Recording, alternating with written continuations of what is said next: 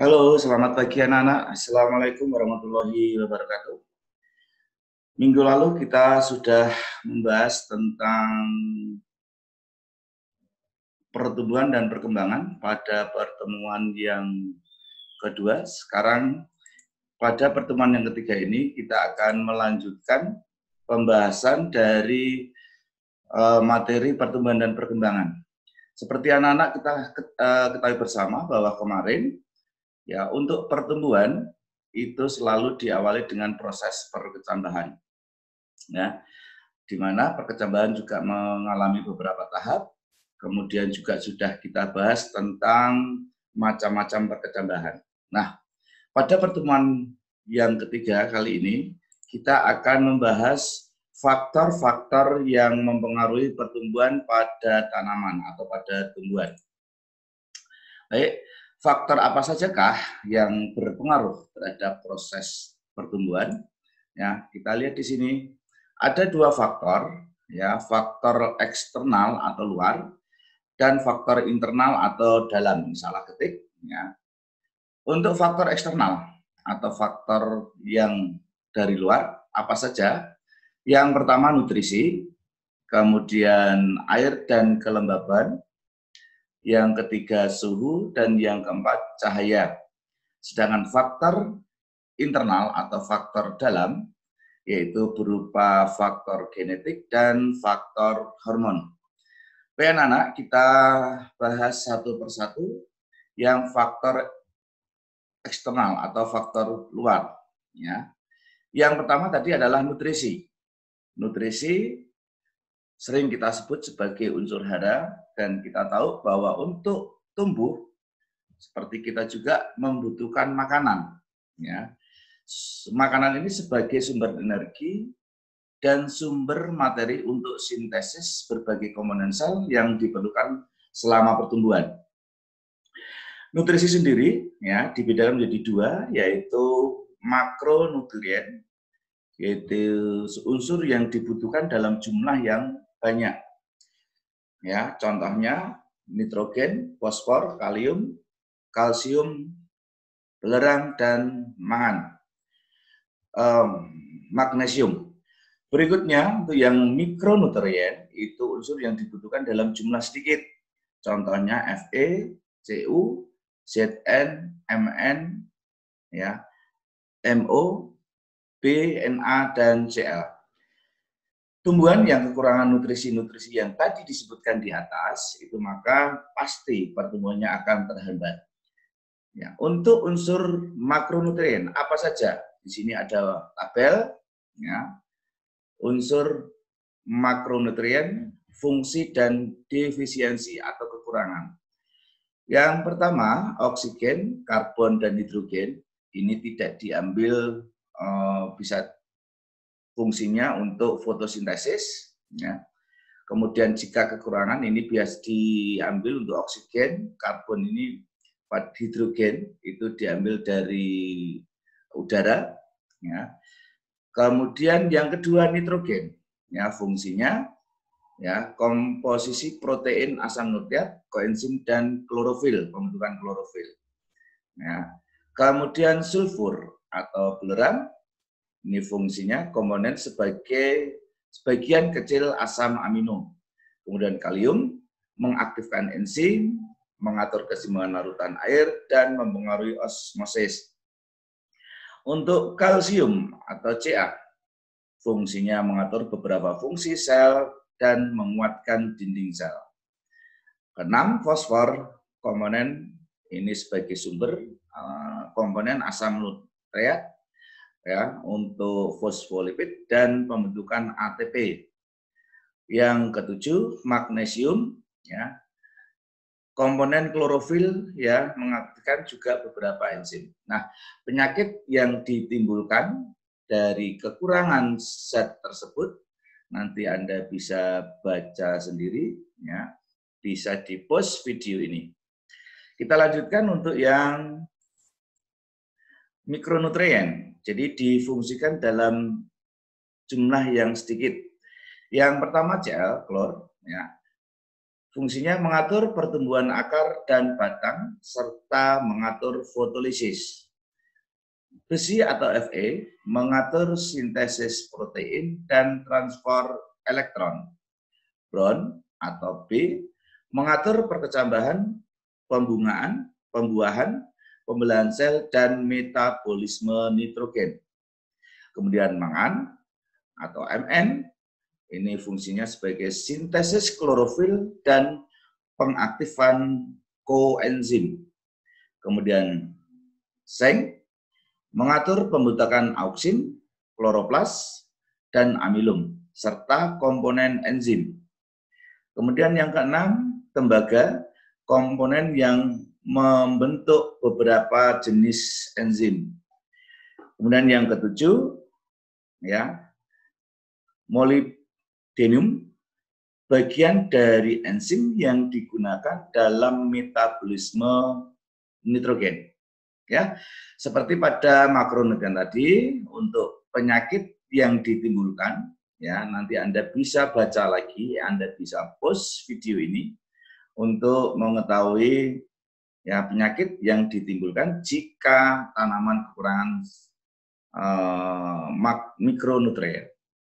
Nah, itu untuk yang nutrisi. Ya, kita lanjutkan untuk yang kedua, faktor luar, air dan kelembaban. Ya, mungkin sebagian kalian sudah memahami bahwa air sangat berperan penting untuk proses fotosintesis. Ya, jika tanaman kekurangan air, otomatis Anda pasti juga sudah tahu, pasti akan mengalami layu atau kekeringan. Fungsi yang lain adalah mengaktifkan reaksi-reaksi enzim, meningkatkan tekanan Turger, sehingga merangsang pembelahan sel. Ya. Sedangkan untuk yang kelembaban, ini juga membantu mempercepat pertumbuhan, ya seperti perkecambahan biji, pertumbuhan spora pada jamur. Itu faktor yang kedua, yaitu air dan kelembaban. Masih faktor luar, yaitu yang ketiga adalah suhu. Ya, suhu optimum untuk aktivitas metabolisme berbeda pada setiap jenis tanaman. Populasi dan individu dari setiap jenis itu membutuhkan suhu yang optimum. Ya. Bagian tanaman juga tingkat perkembangan membutuhkan suhu optimum yang berbeda. Suhu dan hujan rata-rata, ya, bulanan maupun tahunan, yang dihubungkan dengan keadaan vegetasi alami berdasarkan peta vegetasi dekade, ya, vegetasi yang hidup secara alami menggambarkan iklim tempat tumbuhnya. Ini sudah dipelajari di kelas 10. Ya, kalian tahu ya berbagai macam ekosistem, berbagai macam vegetasi ya yang dipengaruhi oleh iklim suatu tempat. Tiap jenis tanaman maupun populasi harus menyesuaikan diri dengan suhu di lingkungannya. Dalam suatu luasan geografis akan terdapat bertahun-tahun yang mempunyai kenaikan atau penurunan suhu di luar batas normal yang mempengaruhi pertumbuhan dan mempengaruhi fungsi tanaman yang jelek. Jadi ini faktor suhu berpengaruh juga terhadap proses pertumbuhan. Kita lanjutkan faktor yang keempat, ya, faktor cahaya. Ya. Berkaitan dengan fotosintesis yang sudah kita singgung tadi, ya. Jadi untuk fotosintesis tentunya tumbuhan juga membutuhkan cahaya. Ya.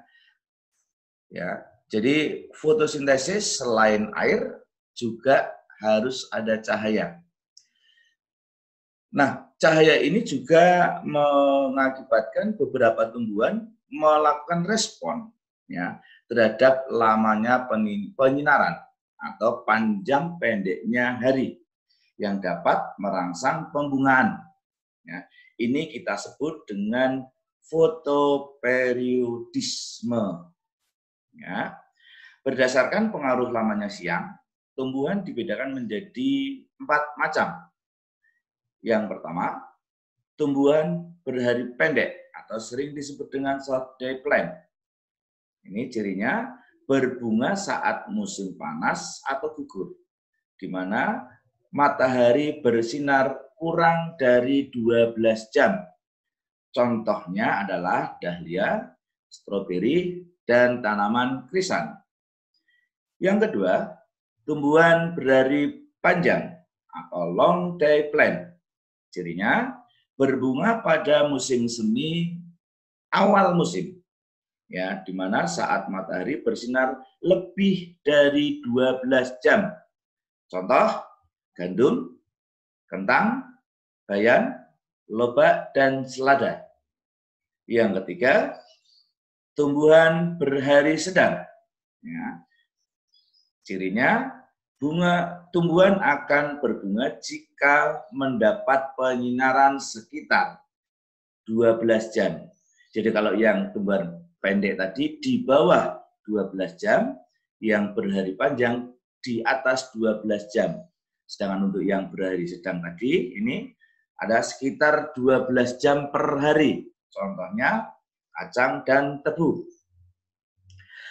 Dan yang keempat, tumbuhan netral. Jadi pembungaan tidak tergantung dari lamanya penyinaran.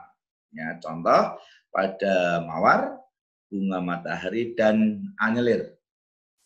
Ya. Berkaitan dengan faktor cahaya, anak-anak mungkin Anda sering melihat gambar atau foto seperti ini. Ya. Jadi bentuknya panjang, warnanya pucat. Ya. Ini sering kita sebut dengan etiolasi.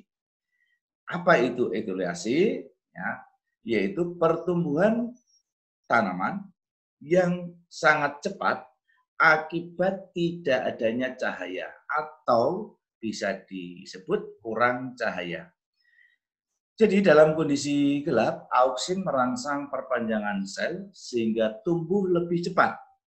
Peristiwa inilah yang menyebabkan apabila kita menaruh tumbuhan seperti kecambah dalam tempat yang gelap, akan tumbuh sangat panjang menjadi tauge. Nah, kalian bisa nanti praktekkan sendiri di rumah, ya. Cari biji kacang hijau, kemudian taruh di tempat yang basah, dan di tempat yang gelap. Kira-kira nanti hasilnya seperti apa? Ya. Nah, memang etiolasi ini banyak digunakan oleh para petani dan pekebun dalam pembudidayaan tanaman untuk membuat kecambah tanaman yang ingin ditanam. Nah, bagaimana ciri tanaman yang mengalami etiolasi? Ya, kita lihat ada beberapa cirinya. Yang pertama, batang lebih panjang, tetapi lebih kurus, tidak bisa berdiri tegak, cenderung roboh. Ya. Kemudian yang kedua, tanaman akan terlihat lemah, warnanya pucat, ya, tidak warna hijau. Kemudian yang ketiga, apabila tanaman tersebut mengalami etiolasi, nanti akan terbentuk daun, tetapi daun yang dihasilkan kecil dan biasanya berwarna pucat atau kekuningan. Kenapa demikian? Ini karena kekurangan nutrisi dari energi matahari. Nah, ini Pak Dudi punya contoh, ya, yang sering Pak Dudi lakukan di sekolahan. Ya.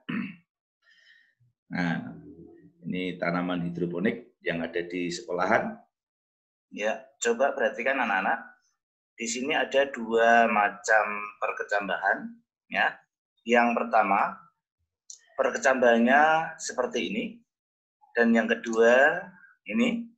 Coba Anda bandingkan keduanya, apa perbedaannya dan apa yang menyebabkan hal tersebut bisa terjadi. Ya, demikian untuk video dari yang Pak Dudi ambil sendiri dari tanaman hidroponik yang ada di sekolahan.